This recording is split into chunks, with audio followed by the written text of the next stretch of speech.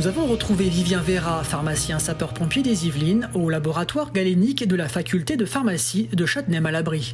Vivien, également enseignant pour cette faculté, a permis de créer le lien pour constituer l'unité de fabrication de la solution hydroalcoolique destinée à l'ensemble des SDIS de l'Île-de-France. En application du décret qui autorise les pharmacies d'officine à produire leur propre solution hydroalcoolique en cas de rupture de leur approvisionnement et dans les conditions recommandées par l'Organisation mondiale de la santé, ce laboratoire est habilité et équipé pour recevoir l'unité de fabrication. Au début, lorsque nous nous sommes lancés dans l'unité de fabrication, nous avons acheté les produits et très rapidement, on s'est rendu compte que les industriels voulaient participer à l'effort de guerre et en quelque sorte ont offert leurs matières premières. Donc aujourd'hui, toutes les matières premières utilisées dans la fabrication des solutions hydroalcooliques sont des dons d'entreprises chimiques, pharmaceutiques ou des dépositaires de produits chimiques qui nous permettent de minimiser les coûts et de bénéficier également de conditionnement, de flaconnage gratuit pour la réalisation des flacons. Cette solution constituée dans ce laboratoire a les mêmes propriétés que le gel vendu dans le commerce. Mis à part l'aspect, la solution est faite à partir de liquide et non de gel. Bien organisée et répartie sur les paillasses du laboratoire, les équipes sont divisées en deux groupes.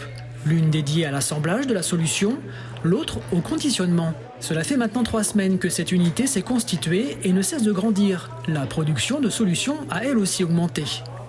Alors le rendement ne cesse d'augmenter, j'ai consulté dernièrement les chiffres, nous avions commencé à peu près 400 litres par jour et là nous sommes proches, la dernière fois nous avons fait 900 litres de solutions hydroalcooliques parce que nous avons augmenté le nombre d'unités de production, nous avons augmenté le personnel et donc les dons étant suffisants, nous avons pu ainsi augmenter la productivité. Et là c'est le glycérol 225.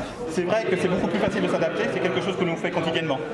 Vous êtes venu spontanément ici, vous proposez ? Spontanément, alors on fait partie du plan de continuité des activités de l'université et donc nous venons quotidiennement pour s'occuper aussi de nos animaux de laboratoire et c'est avec plaisir que lorsque nous avons su que nous pouvions aider, nous avons choisi de participer à cette œuvre collective. Pour l'éthanol.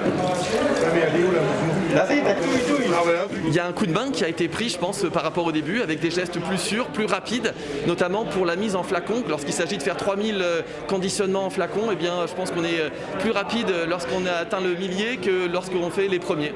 Même si l'ambiance est décontractée, les personnels présents sont très consciencieux et respectent toutes les normes de sécurité relatives à la fabrication de la solution, mais aussi à la crise du Covid-19. Et on est très vigilant sur différents aspects. D'abord, la sécurité du personnel. Le port des EPI est obligatoire. Toute personne présentant des risques sur sa santé est exclue de l'unité de fabrication. Et ensuite, effectivement, en termes de sécurité, on a pris toutes les dispositions pour pouvoir éviter d'être trop exposé aux vapeurs d'alcool. Donc, il y a un système de ventilation qui est mis en place et on essaye de faire par demi-journée pour éviter que les personnes soient trop longtemps exposées aux vapeurs. Non, c'est 885 millilitres. Le doyen de la faculté de la pharmacie de Châtenay-Malabry a rapidement donné son accord, non seulement pour ouvrir ses locaux, mais aussi pour mettre à disposition des enseignants-chercheurs afin d'aider à la fabrication.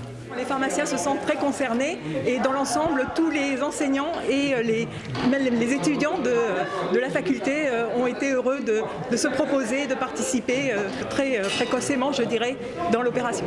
Ça se passe bien, c'est peut-être un peu fatigant au bout, mais c'est vrai que ce sont des journées qui sont bien utilisées.